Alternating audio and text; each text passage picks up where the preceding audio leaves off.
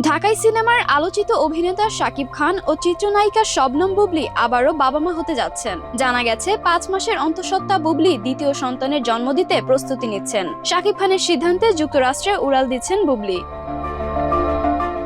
এর আগে এই তারকা দম্পতির ঘরে জন্ম নিয়েছে পুত্র শেহজাদ খান বীর, যার জন্ম হয়েছিল যুক্তরাষ্ট্রে। এবারও শাকিব খানের পরামর্শে সেখানেই সন্তান জন্ম দেওয়ার সিদ্ধান্ত নিয়েছেন বুবলি। গত বছরের শেষ দিকে শাকিব খান ও ছেলেকে নিয়ে যুক্তরাষ্ট্রে দীর্ঘ সময় কাটান বুবলি। তখন থেকেই তাদের সম্পর্ক নিয়ে নতুন করে আলোচনা শুরু হয়।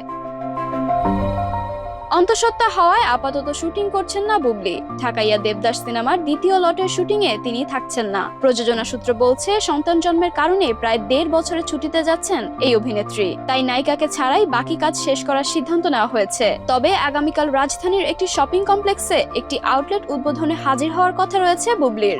সেখানেই তিনি মা হতে যাওয়ার বিষয়টি জানাতে পারেন বলে ধারণা করা হচ্ছে।